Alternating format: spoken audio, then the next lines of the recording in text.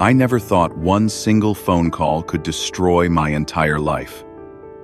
One job, one normal morning, one wrong door. If you've ever believed that something like this could never happen to you, I thought the same.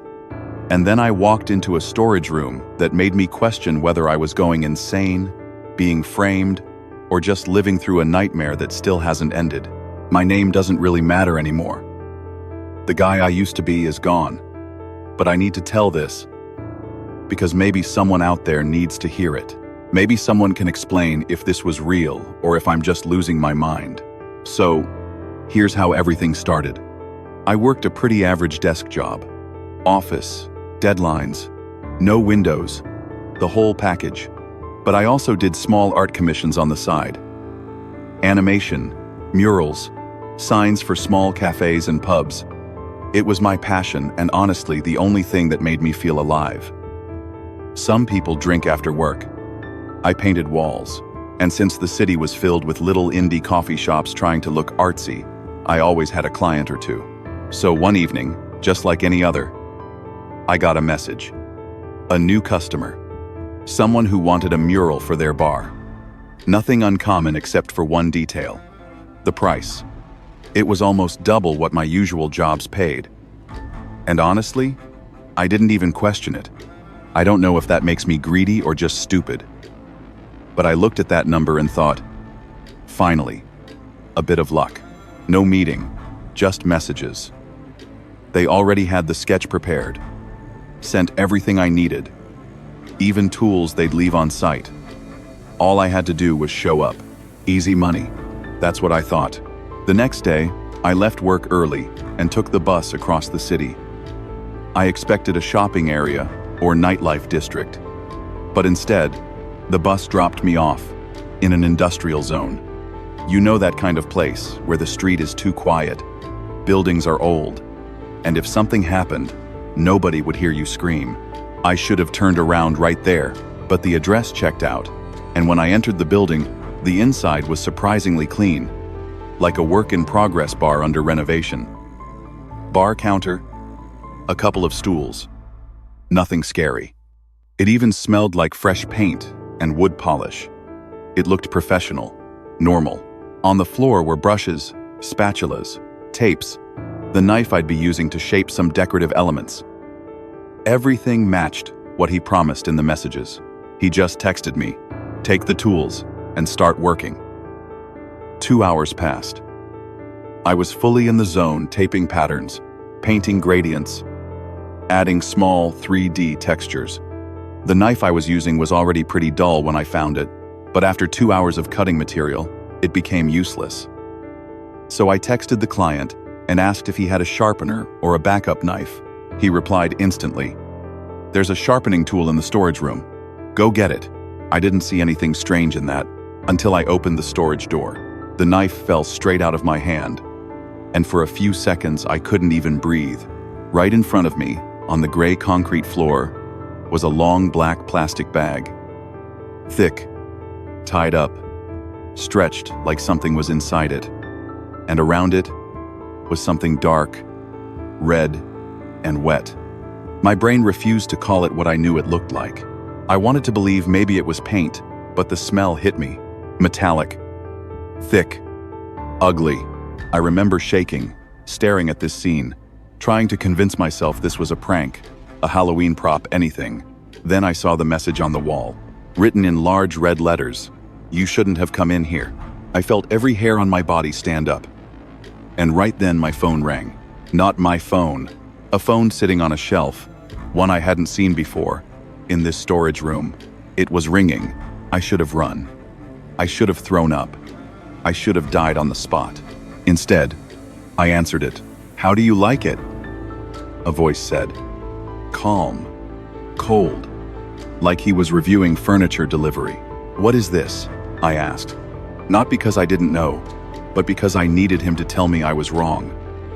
That I wasn't looking at what I thought I was looking at. "You already understand," he answered. "If you don't believe your eyes, you can open the bag. But you should also understand something else. You touched the knife. People saw you enter this bar. Think about that. I swear I felt my entire skeleton melt. I couldn't move. I couldn't speak. It was like being trapped in my own skin. "What do you want me to do?" I finally whispered. "Put the knife down," he said calmly. "There's a cabinet next to you. Open it. Take the phone inside. Then go home. And don't call the police. You know what happens if you do." The call ended. My heart was beating so hard, I could hear it echoing in my ears. I did what he said. I took the phone, left the bar, walked as fast as I could without looking suspicious. And halfway home, panic kicked in, and I threw the knife into a lake. I didn't want anything that connected me to that room on me. I didn't sleep that night. I sat frozen in my apartment, staring at the wall, waiting for police sirens, waiting for someone to break down my door. Instead, exhaustion finally dragged me to sleep around 5 a.m. I woke up around noon, and for a few seconds, I thought maybe it was all a nightmare.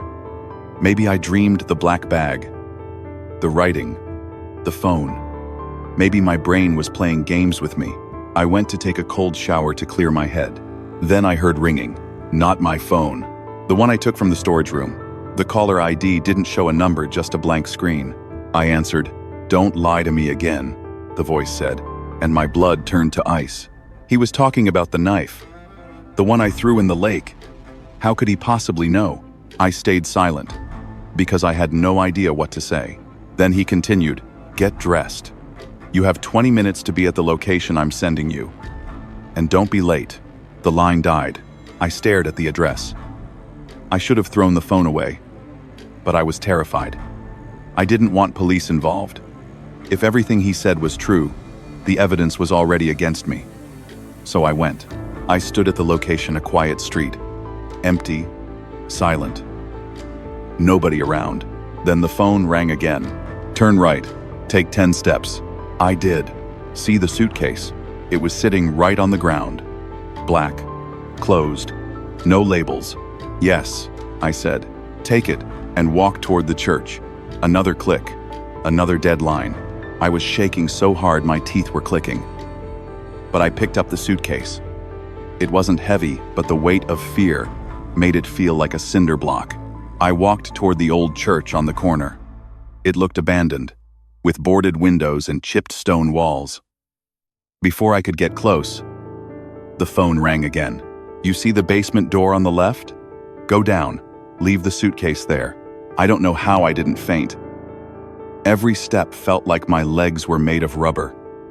The staircase was narrow, damp, the smell of mold and rust hitting me in the face. At the bottom, the darkness opened into a basement room, and inside were two people. One was lying on the ground, a man in a suit, tied, gagged, struggling, eyes wide and begging. The other, I still don't know if it was a mask or something else, a human body wearing a head of a pig. The eyes were dark, empty, the mouth stretched open in a dead expression. The whole image felt like something straight from a crime documentary or a horror film, but I was living inside it. The pig-head figure spoke with a distorted robotic voice, like it was being output through a voice program. "You brought it?" I nodded, completely frozen, and held out the suitcase with both shaking hands. "Good," the voice said. "You should leave now. You're not ready to see what comes next." I didn't wait to ask. I ran. I ran up the stairs, across the street, down block after block. I think I ran nonstop for 20 minutes before collapsing against a fence and crying in the middle of the sidewalk like a kid.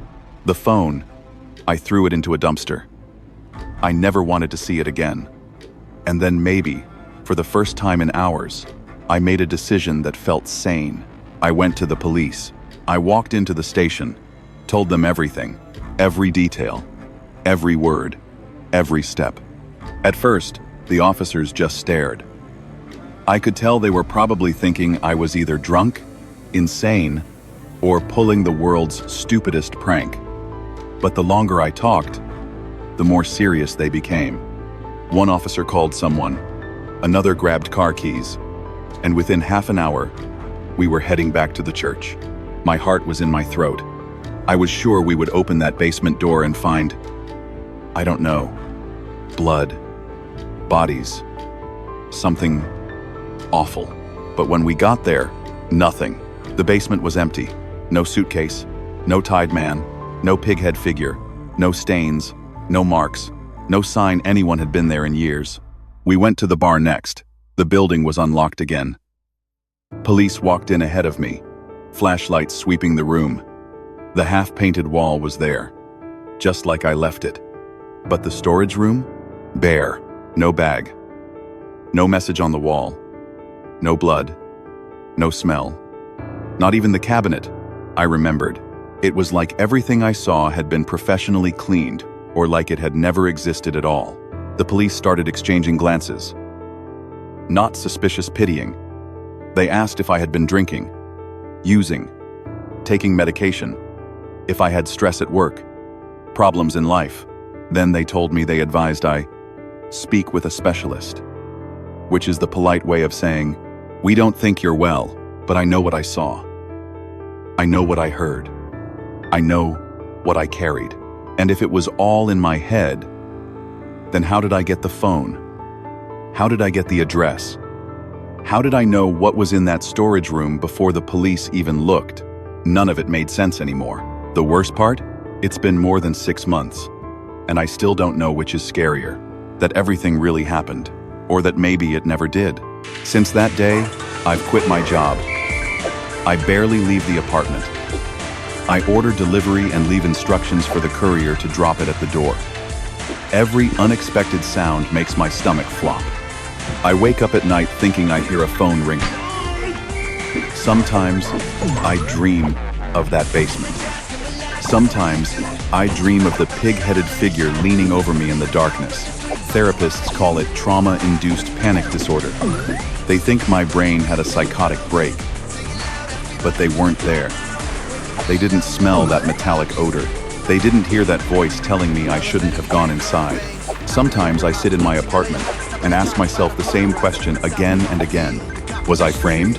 Or did someone design an elaborate mind game to destroy me? Or was none of it real? Had I been working too much? Burning out?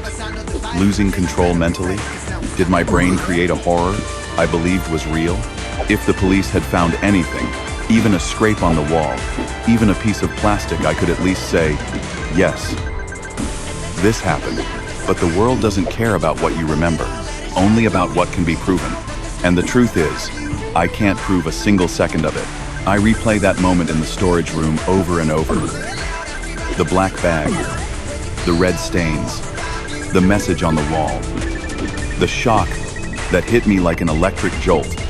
That feeling when reality suddenly changes and you're no longer safe, no longer sure of your surroundings, no longer in the same world. Maybe you've had a moment like that once.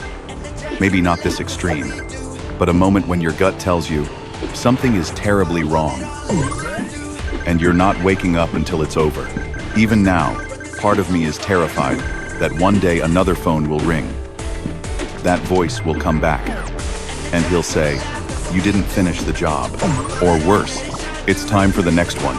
I'm telling this story not because I want sympathy. I don't want attention. I want to know, has anyone else experienced something like this? Has anyone ever seen something horrifying, undeniable, impossible, and then the entire world acted like it never happened? Because as crazy as this sounds, I still don't know whether I survived a real crime or just lost my mind. What I do know is this: one job can change your life forever. One message, one locked door, one small decision you make without thinking. Maybe that's the scariest part.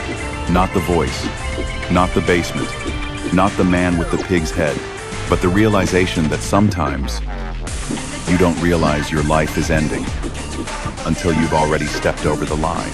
If you're watching this right now and your life seems normal, trust me, be grateful, because mine used to be. And then I answered a phone call in a storage room, and nothing has been normal since.